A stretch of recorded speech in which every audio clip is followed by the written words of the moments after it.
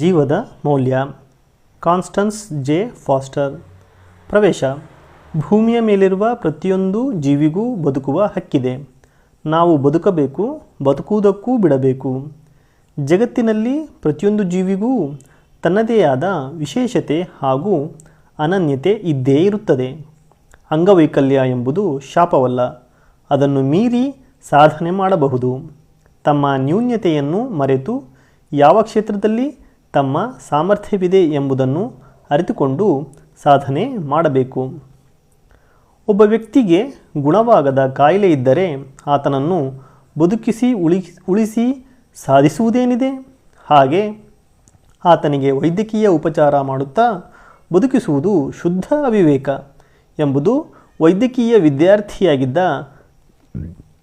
ತರುಣ ಡಾಕ್ಟರ್ ಥೆಡ್ಡಿಯಸ್ ಮಾರ್ಲಿನನ ನಿಶ್ಚಿತ ಅಭಿಪ್ರಾಯವಾಗಿತ್ತು. ಹಾಗೆ ವಾಸಿಯಾಗದ ಕಾಯಿಲೆಗಳಿಂದ ನರಳುವ ರೋಗಿಗಳಿಗೆ ಮತ್ತು ಅತಿಯಾದ ನೋವು ನರಳುವಿಕೆ ಅನುಭವಿಸುವ ರೋಗಿಗಳಿಗೆ ಸುಖ ಮರಣ ಉಂಟಾಗುವಂತೆ ಮಾಡುವುದೇ ಲೇಸು ಎಂದು ಅವನು ತನ್ನ ತರಗತಿಯ ಇತರ ವಿದ್ಯಾರ್ಥಿಗಳೊಡನೆ ವಾದಿಸುತ್ತಿದ್ದನು.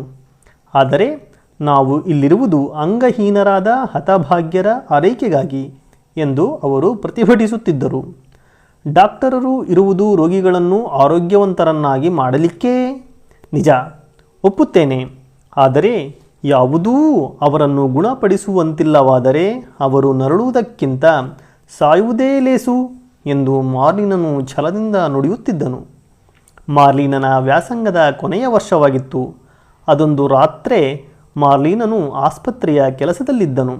ನಗರದ ಒಂದು ಕೊಳಕು ಭಾಗದಿಂದ ಒಂದು ಪ್ರಸವಕ್ಕಾಗಿ ಕರೆ ಬಂತು. ಮಾರ್ಲಿನನು ಕೂಡಲೇ ಹೋಗಿ ಜರ್ಮನಿಯಿಂದ ವಲಸೆ ಬಂದ ಓರ್ವ ಹೆಂಗಸಿನ ಪ್ರಸವದಲ್ಲಿ ನೆರವಾದನು. ಅದು ಅವಳ 10ನೆಯ ಮಗುವಾಗಿತ್ತು. ಒಂದು ಕಾಲಿಗಿಂತ ಇನ್ನೊಂದು ಕಾಲು ಗಿಡ್ಡವಾಗಿ ಆ ಮಗು ಹುಟ್ಟಿತ್ತು. ಡಾಕ್ಟರನ ಅಭ್ಯಾಸದಂತೆ ಅವನು ಆ ಮಗು ಉಸಿರಾಡುವಂತೆ ಮಾಡಲು ಅದರ ಬಾಯಿಯೊಳಗೆ ಊದಿದನು. ಆದರೆ ಮರುಕ್ಷಣವೇ ಅವನಿಗನಿಸಿತು, ಏನು ದುರಂತವೀ ಶಿಶು! ಅದು ಬೆಳೆದಾಗ ಜೀವನವಿಡೀ ಕುಂಟು ಕಾಲಿನಲ್ಲೇ ನಡೆಯಬೇಕು. ಇತರ ಮಕ್ಕಳು ಅಣಕಿಸಿ ಗೇಲಿ ಮಾಡುವರು. ಈ ಮಗು ಜೀವಿಸುವಂತೆ ಮಾಡುವುದೇಕೆ? ಇದು ಸತ್ತರೆ ಜಗತ್ತಿಗೆ ಏನು ನಷ್ಟ? ಆದರೆ ಅವನು ಹೇಳಿ ಕೇಳಿ ವೈದ್ಯ. ಮಗುವನ್ನು ಹುಟ್ಟಿನಲ್ಲೇ ಸಾಯಿಸುವ ಯೋಚನೆ ಬಂದರೂ ಆತನ ವೈದ್ಯ ಬುದ್ಧಿ ಜಾಗೃತವಾಗಿತ್ತು. ಬೆನ್ನು ಹೊಟ್ಟೆಗಳ ಭಾಗಕ್ಕೆ ನಯವಾಗಿ ಬಡಿದು ಆತ ಆ ಮಗುವಿನ ಉಸಿರಾಟದ ಪ್ರಕ್ರಿಯೆ ಪ್ರಾರಂಭವಾಗುವಂತೆ ಮಾಡಿದನು. ಕೊನೆಗೆ ಅವನು ನಿರೀಕ್ಷಿಸುತ್ತಿದ್ದ ಉಸಿರೆಳೆಯು ಬಂತು. ಮಗುವಿನ ಮುಖವು ಕೆಂಪಗಾಯಿತು. ಮಗು ಹುಟ್ಟಿದ ಮೇಲೆ ಪ್ರತಿಯೊಬ್ಬರೂ ನಿರೀಕ್ಷಿಸುವ ಆ ಮೊದಲ ಅಳು ಅದು ಕೊನೆಗೂ ಮಗುವಿನಿಂದ ಹೊರಟಿತು. ಥೆಡ್ಡಿಯಸ್ಗೆ ನೆಮ್ಮದಿಯಾಯಿತು. ಆತ ತನ್ನ ಉಪಕರಣಗಳನ್ನು ಚೀಲದೊಳಗೆ ತುಂಬಿ ನಗರದ ಕಡೆಗೆ ಹೊರಟು ಹೋದನು. ತಾನು ಮಾಡಿದ ಕೆಲಸಕ್ಕಾಗಿ ಅವನು ಬಹಳ ಅಸಮಾಧಾನಪಟ್ಟಿದ್ದನು. ನಾನೇಕೆ ಹಾಗೆ ಮಾಡಿದನೆಂದು ನನಗೇ ತಿಳಿಯದು. ದಾರಿದ್ರ್ಯ ತುಂಬಿದ ಆ ಮನೆಯಲ್ಲಿ ಈ ಮೊದಲೇ ಬೇಕಾದುದಕ್ಕಿಂತ ಹೆಚ್ಚು ಮಕ್ಕಳಿರುವರು. ನ್ಯೂನ್ಯತೆಯುಳ್ಳ ಇದನ್ನು ನಾನೇಕೆ ಬದುಕಿಸಿದೆ? ಇಂಥ ಕುಂಟರಿಲ್ಲದಿದ್ದರೆ ಜಗತ್ತು ಉತ್ತಮವಾಗದೆ ಎಂದು ಅವನು ತನ್ನೊಳಗೇ ಗೊಣಗುತ್ತಿದ್ದನು. ವರ್ಷಗಳು ಉರುಳಿದವು. ಡಾಕ್ಟರ್ ಮಾರ್ಲಿನನು ಒಂದು ಕೈಗಾರಿಕಾ ನಗರಕ್ಕೆ ಹೋಗಿ ತನ್ನ ವೃತ್ತಿ ಸ್ಥಾಪಿಸಿದ್ದನು. ಚೆನ್ನಾಗಿ ಸಂಪಾದನೆಯಾಗುತ್ತಿತ್ತು. ತಾರುಣ್ಯದಲ್ಲಿದ್ದ ಆ ಸುಧಾರಣಾ ಭಾವವು ಅವನನ್ನು ಬಿಟ್ಟು ಹೋಗಿತ್ತು. ಜನರನ್ನು ಜೀವಂತರನ್ನಾಗಿ ಉಳಿಸಲು ಹಠ ಹಿಡಿದು ಶ್ರಮಿಸುವ, ವಿರಾಮವಿಲ್ಲದೆ ದುಡಿಯುವ ಡಾಕ್ಟರರಲ್ಲಿ ಅವನೂ ಒಬ್ಬನಾಗಿದ್ದನು. ಡಾಕ್ಟರ್ ಮಾರ್ಲಿನನೀಗ ತಕ್ಕಷ್ಟು ವೃದ್ಧನಾಗಿದ್ದನು. ಅವನಿಗೂ ಅವನ ಪಾಲಿನ ಕಷ್ಟಗಳಿದ್ದವು. ಅವನ ಒಬ್ಬನೇ ಮಗ ಮತ್ತು ಆ ಮಗನ ಹೆಂಡತಿ ಒಂದು ಮೋಟಾರು ಅವಘಡದಲ್ಲಿ ಸತ್ತಿದ್ದರು.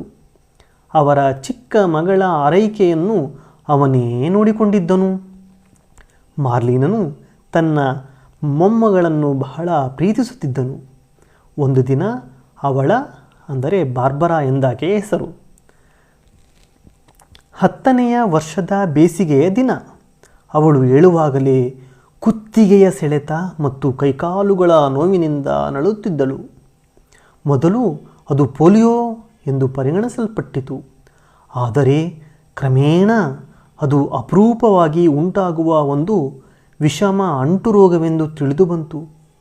ಡಾಕ್ಟರ್ ಮಾರ್ಲಿನನು ತನ್ನ ದೀರ್ಘಕಾಲದ ವೃತ್ತಿಯಲ್ಲಿ ಇಂತಹ ರೋಗ ಸ್ಥಿತಿಯನ್ನು ಒಮ್ಮೆಯಾದರೂ ಕಂಡಿರಲಿಲ್ಲ. ಅವನು ನರ ಸಂಬಂಧವಾದ ರೋಗ ಚಿಕಿತ್ಸಕರನ್ನು ಕರೆಸಿದನು. ಅವರು ನಿರಾಶೆಯಾಗುವಂತೆ ತಲೆಯಲ್ಲಾಡಿಸಿದರು.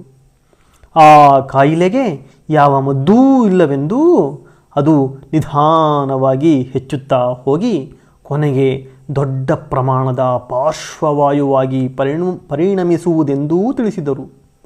ಬಂದ ಪ್ರವೀಣರಲ್ಲಿ ಒಬ್ಬನು ಹೇಳಿದನು, ಒಬ್ಬ ತರುಣ ಡಾಕ್ಟರನಿದ್ದಾನೆ.